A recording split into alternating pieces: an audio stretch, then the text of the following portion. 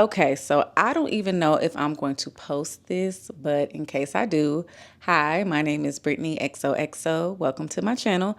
This is where I share my journey, life's ups and downs, and the things in between. So go ahead and subscribe if you haven't already subscribed. Today is going to be one of those downers that we're talking about. We're going to be talking about hair loss and alopecia and icky things that come with all of that because it is like a silent journey that I have been struggling with. A few of my friends know about it, but it's not something that I talk about on a regular basis or share. But I think it's important sometimes to talk about things that we may not feel comfortable with because you never know who also is going through the same thing, and having this conversation may help. So, we are going to talk about it today. So let's go ahead and just get into when it all started for me. And for me, like the negative feelings and emotions about my hair started a really long time ago. I'm going to say when I was about 5 years old, I remember my aunt waking me up at like 5 in the morning. We were all kind of living together at my grandmother's house temporarily at that time. And she got me up and snuck me out the house to get a relaxer from one of her friends who had a salon. And I remember her bringing me back to the house and my mom being livid, which rightfully so, because and my mom had a temper. She was really, really upset. And I don't blame her because, yeah, who does that? And it kind of started a cycle of, and I know it's like a thing, like black women girls always talking about my hair been messed up since I had a perm, but it really is a real thing. Like it really started a cycle for me, just all these negative feelings about my hair and feeling like my hair wasn't right, feeling like I wasn't enough, feeling like I was ugly, all because my hair wouldn't grow. My hair was super coarse, like 4C. If 4D exists, I have 4D hair. Like my hair gets super, super coarse, super dry, and it breaks off so easy. And I just remember it being like a cycle of all these bad feelings. I remember at one point, my mom, my grandma, my aunt, and the neighbor across the street were all sitting in my grandma's living room discussing my hair, why my hair wouldn't grow. My sister had this really long, pretty hair, why my hair wouldn't grow like hers. The neighbor was like, they should use mane and tail on me because they use mane and tail on horses and it make their hair grow. And I just remember sitting there feeling so sad and inadequate. And I know that that wasn't their intention, but that's the way it made me feel. And so fast forward to me being a teenager and getting relaxers and wearing my hair. Y'all know we used to wear them drawstring ponytails. I know they done made a comeback, but we wearing them ponytails to the top of our head, all those pins in it, and all the stress and tension on the hair. I used to get like a spot right here. Well, this is a wig. I know y'all know this is a wig, but I used to get a spot like right at the top from the ponytails and stuff.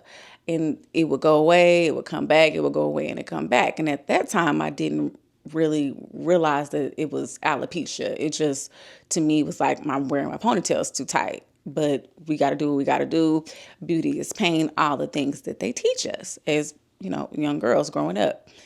And now we're going into adulthood. I'm adult. My hair never really grew long. My hair never, real hair never really grew past my chin. But that was fine with me. I always love wearing my hair in braids. I love Brandy down to this day. So wearing braids was nothing. My mom kept us in braids. And so I didn't have a problem wearing braids, but it wasn't until I got pregnant with my daughter and my hair had grew really, really good when I was pregnant. But that postpartum, when she was around 8 or 9 months, I remember my hair was coming out like by the handfuls and me being like, damn. And so right around that time is when the girlies on YouTube started showing us how to wear the wigs and what to do with the wigs to make them look natural. So perfect. I started wearing wigs. Nobody will know. And then when I was at home, I would wear a bonnet. So even my husband, I remember he saw it a couple of times. I remember him saying something negative about it too. So baby, that was a wrap for me. I would wear a bonnet when I was at the house and I would wear wigs when I was out and about. There was no in between. Nobody ever saw my hair. Then I got pregnant again, thinking, okay, this is great. My hair might grow back. This is my chance. Same thing. The hair fell out so bad postpartum, and it just kind of was like, it's been a constant struggle. So I finally, at one point, I'll say around 2020, around 2020, I decided, you know what? I'm going to go to a dermatologist and see, like, is there something else going on? Because at this point, it went from like a small patch to the whole top of my hair was basically gone. It wasn't like smooth bald, but it was bald. You could see scalp, like little sprouts of hair, but it would break off every time I washed my hair. Clumps, clumps. I went to see a dermatologist. They did a biopsy, and I'll never forget because for some dumb reason, I decided to go on my day off, which was my birthday. Took a day off on my birthday to go to the dermatologist. That was part of my, I'm doing something for me. They're like, we need to do a biopsy. It hurts so bad, y'all. Oh my God. They took a piece of my scalp and they sent it for biopsy. They came back and they had said I had something, and I know I'm going to butcher the name. So let me just look because I got it in my notes. Telogen effluvium. I could be saying it wrong. I put it in text, but that's what the doctor basically diagnosed me with, which is a form of alopecia. And so with that, we started on like Rogaine and like Rogaine for women. And he gave me like a topical steroid.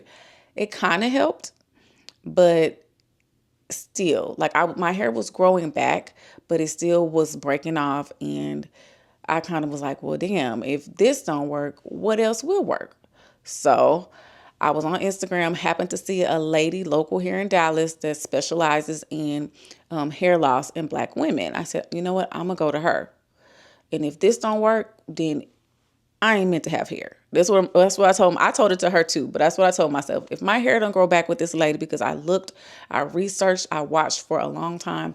I saw people having real results on her page because I had tried other things in the past. I tried those miracle drops. I tried like some shampoos and stuff from other people. It didn't work. Said, I'm going to try this. And if it don't work, I'm just supposed to be bald headed. I went to her. She did a consultation. She did like a microscope a microscope to look at my scalp. And she said, okay, dermatologist says you have the telogen effluvium.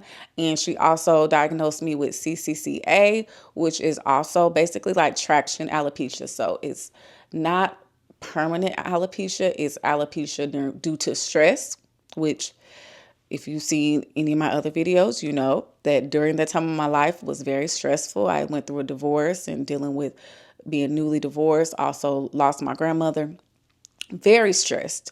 So dealing with that on top of just life in general and just hair care. I'm sorry. And also just the things that we do to our hair, the heat we put on our hair, the styles we put on our hair that are not good for our hair. They're not protective styles. So at that point, I kind of just cut all my hair with scissors and was just kind of wearing it really, really short. I have some pictures that I guess I'll go ahead and show y'all. This is a big deal for me. It's not nothing I've ever discussed in detail, especially to the public. So I cut all my hair with scissors before I went to her. So my hair was really, really short.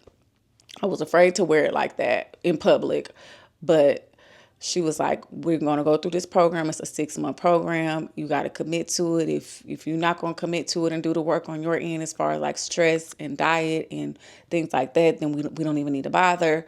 But this is what we're going to do. If you're committed, let's do it. So I prayed about it and I said, you know what? Because I asked God to help me with this. This is something that I had been praying about. And I feel like he directed me to, her name is Kayla, for this specific reason. So I was like, let's do it. So we did a 6-month program. I started February of 2021. And from February to August, my hair grew back. Y'all, my hair never, like out of all the stuff I tried, within the first month of going to her, I immediately saw results. And so that gave me like the empowerment and the confidence to continue with the program. And I'm so grateful for her and all the things she did because my hair grew back. I was so excited. My goal was I just want to wear braids. I just want to wear braids again. And my hair grew back. I got my hair braided. Actually, I went to somebody to get my hair braided and she turned me down. I drove all the way like to Richardson. She turned me down. She said my hair was too short. She couldn't do no braids on it. But Caleb was like, no, your hair is long enough. You can definitely get braids. And so I went to somebody else. I got my hair braided. I went to Jamaica. All was well. And from then, like, my hair continued to grow. And by then I was only seeing her like quarterly. I wasn't continuing to go to her because my program was every 2 weeks. I would go see her for 6 months, every 2 weeks. Wait, February, March, April, May. Yeah. For 6 months, I would go see her every 2 weeks. And then after that, when I saw the results, it was kind of like as needed. And I was wearing my hair in protective styles. I was wearing locks, fake faux locks. I was wearing braids.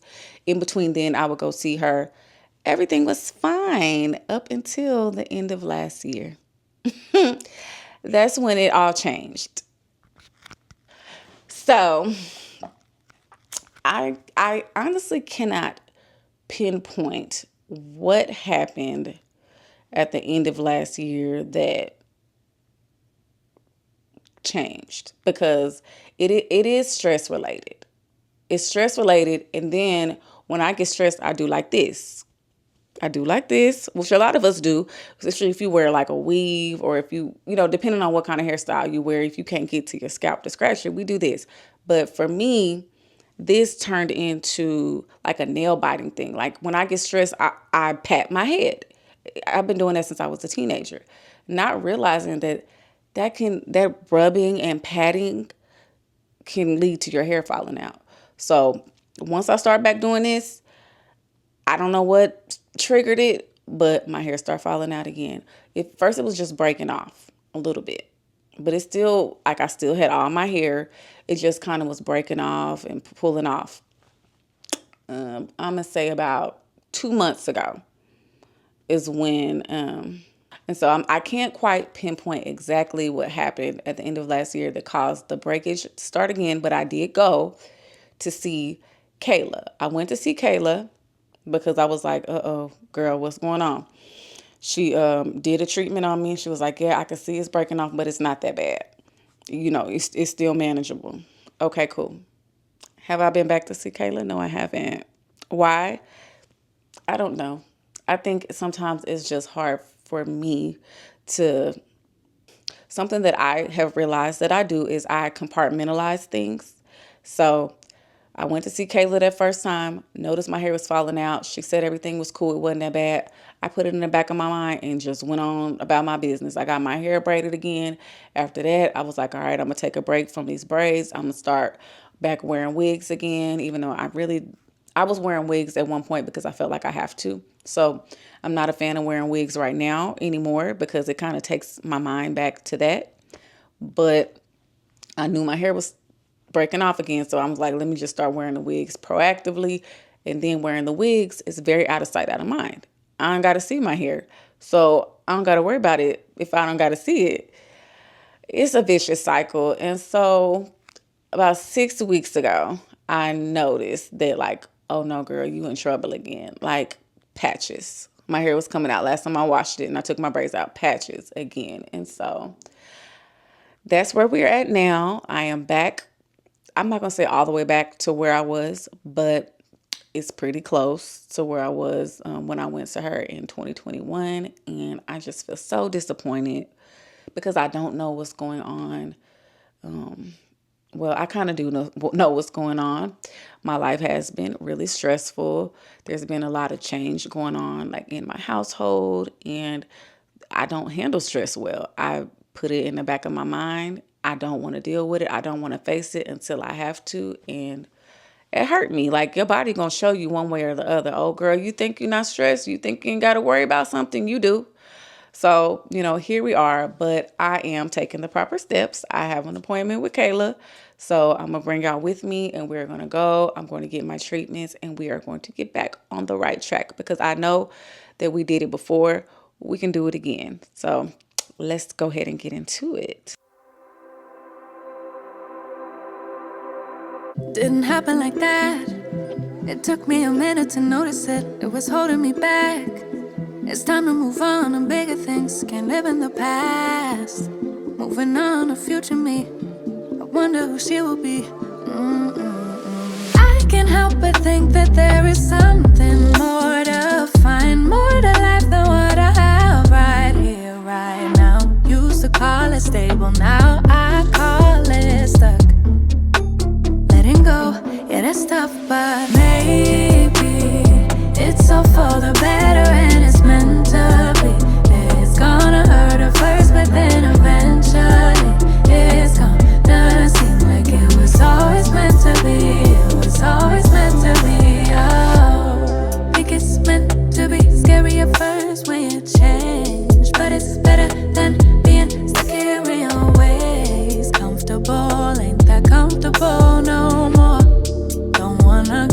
to how it was before. I can't help but think that there is something more to find, more to life than what I have right here, right now. Used to call it stable, now I call it stuck. Letting go, yeah, that's tough, but maybe it's all for the better and it's meant to be.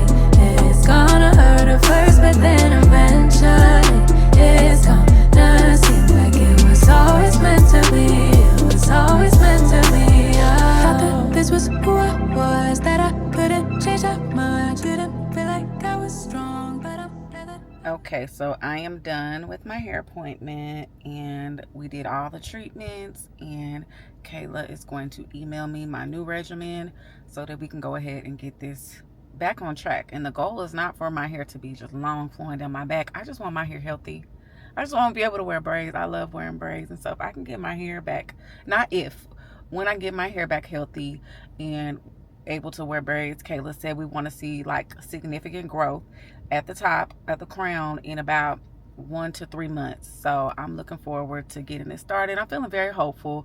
I was feeling really down about it and sad about it and anxious, but I feel so much better now that I came to see Kayla. She reassured me that I do have active CCCA right now, but we're gonna get it back on track. So in the Black community, I feel like our hair holds so much power. We literally have fought for rights to be able to wear our hair the way we want to in the workplace. Like, our hair is just so important in our crown. And so when we as Black women are losing our hair, I feel like it's so much negativity and there's such a stigma attached to it. It's hard to want to share these things, but I am putting it all on the table today. I am sharing my journey in hopes that it really does inspire someone, empower someone, even if they don't want to share, just to know that there are other people out here that are going through the exact same thing. This time, I really, really, really want to do things right. I want to be so intentional, and I want to hold myself accountable for the part that I played in this, because I'm not saying that it's my fault that my hair is falling out, because it really isn't. I feel like the fact that that's the way my body's telling me, like, girl, you need to get it together. That's not my fault. There's plenty of people who are stressed and their hair is not coming out by the handfuls. But, here we are. And I accept that, and I accept the part I played, because I knew my hair was falling out around October last year. And I went to see the trichologist in one time.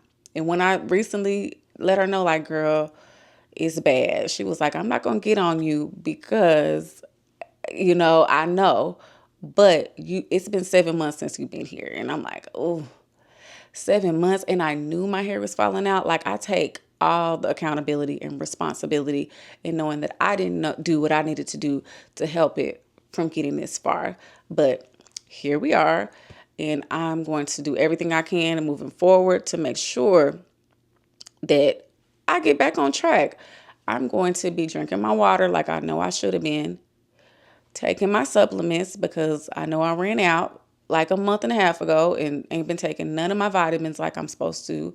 And also, I'm going to make sure I make my appointments. That's the least I can do, is come to the appointments. But one of the great things about my trichologist, Kayla, she has products that you can purchase. So even if you can't come and have an appointment with her, you can purchase her products in her salon or online to help your hair growth journey. So that's something I'm going to do too, because I don't know if I can commit to coming every 2 weeks like I could before.